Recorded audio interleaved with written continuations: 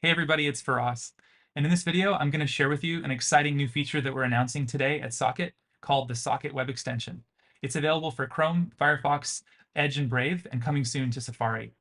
If you're a developer like me, then you often find yourself searching for packages to use as you build new features for the apps and services that you work on. Um, I often find myself on the NPM website trying to decide whether to use a package or not. Unfortunately, the NPM website doesn't really give us too much information here about whether this is a risky package, whether it's safe to use. And so I'm sort of left kind of hoping for the best and maybe giving it an install and hoping that it works out.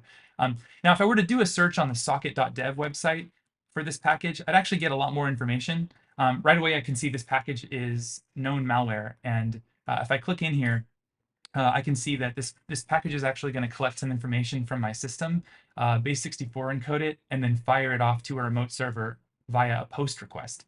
So this is not something that I want to run. This is bad. This is a bad package. And unfortunately, as you can see over here, it's actually still live on NPM, and it's been there for about 9 months. This is something that we want to protect ourselves against.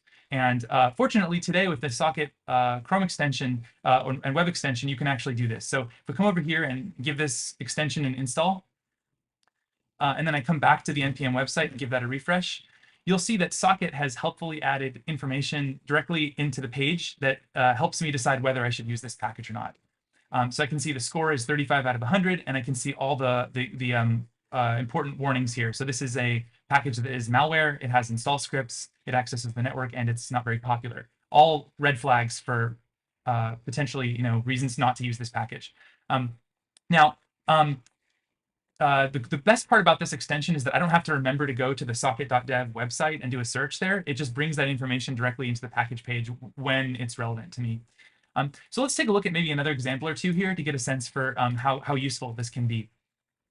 So here's another package that I often find folks using. It turns out it actually contains protestware. So this means that there's actually behavior changes that are contained in this package that really have nothing to do with the purpose of the package. It has hidden behavior. And so when I use Socket, I see that that's called out here prominently at the top of the page.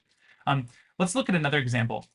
So say that I'm curious to search for a calendar widget for Angular. So I might do a search like this, scroll down here, and maybe I find, hey, Angular calendar, this looks pretty good. So I click in, and you'll see that Socket's crunching away on this package, and now it's finished, and you can see that it's reported that this package has a dependency which contains one critical issue, and in this case, it's telemetry. So telemetry, if I click in here, I can learn more what that is, but it's basically tracking code in this package that's going to send data to a remote server that tracks how the package is being used. And if I click in, I can see that it's caused by this dependency called scarf/scarf. And Socket has helpfully provided some information here that tells me how I can turn off this tracking functionality if I'm interested in doing that. So again, very useful to know this as you're browsing around and looking at packages to use. Now I hope you're getting the sense here that the Socket alerts that we show are very different than the traditional known vulnerabilities that you're probably used to seeing. So these are all things that are pretty actionable to a developer and should really influence the decision you make as to whether or not to use a particular package. These aren't like random low signal alerts. These are sort of pretty interesting and useful pieces of information about the packages that you're using. Let's look at another example. So this is the popular Axios package. Now, Axios is actually a great package. There's nothing wrong with it from a security perspective. You can see here that it's 90 out of 100 on our scoring. But one thing you will see is that it has this alert here that tells you that it accesses the network. Now, the whole point of this package is to make HTTP requests, so this is actually not surprising and it's totally fine, but it's pretty helpful to see right away, right there at the top, that this package is going to make network requests. Because sometimes you'll find that network requests are being made in packages that shouldn't be doing that, right? And so being able to see that right there at the top can help you spot when packages are up to no good, or maybe just poorly implemented in some way, or low quality, or just doing something silly. And that can help you make a better informed decision about whether to use the package.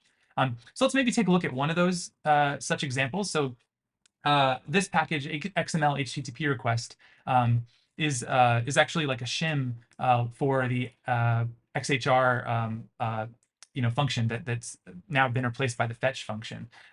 And so if you scroll down here and take a look, you can see it's basically it's a JS kind of polyfill type thing meant to be used in Node.js to give you the XML HTTP request object. Now, we see right away that this package is accessing the network. Again, not surprising. It is a library designed to make HTTP requests. But this one right here, this shell access, is actually quite interesting. So it doesn't necessarily make sense that this package should be creating child processes and running shell commands on my machine. So if I'm curious about that, I can actually click in here and take a closer look. And as you see here, it is requiring a child process, which is surprising. And if I scroll down to where it's actually using it, you can see that that it is actually calling this function and passing in a quite interesting, let's just say interesting string here. And I'll leave it as an exercise to the reader for you to take a look at this and see if this is, if you're interested in learning what this does. But it is not malicious, but it is somewhat of a dubious decision, I'll say here, in the way this is implemented. But yeah, so again, this is the Socket web extension. You can get it in the Chrome Web Store, in the Firefox add-on store, and if you install it, you're going to get a ton of really useful information. It might even stop you from getting infected with malware. I hope that this is useful to you. If you have any feedback, please send a note to our team. We're at Socket Security on Twitter, and we'd love to hear feedback from you. Thanks so much, and I hope you find this really useful. Have a good day.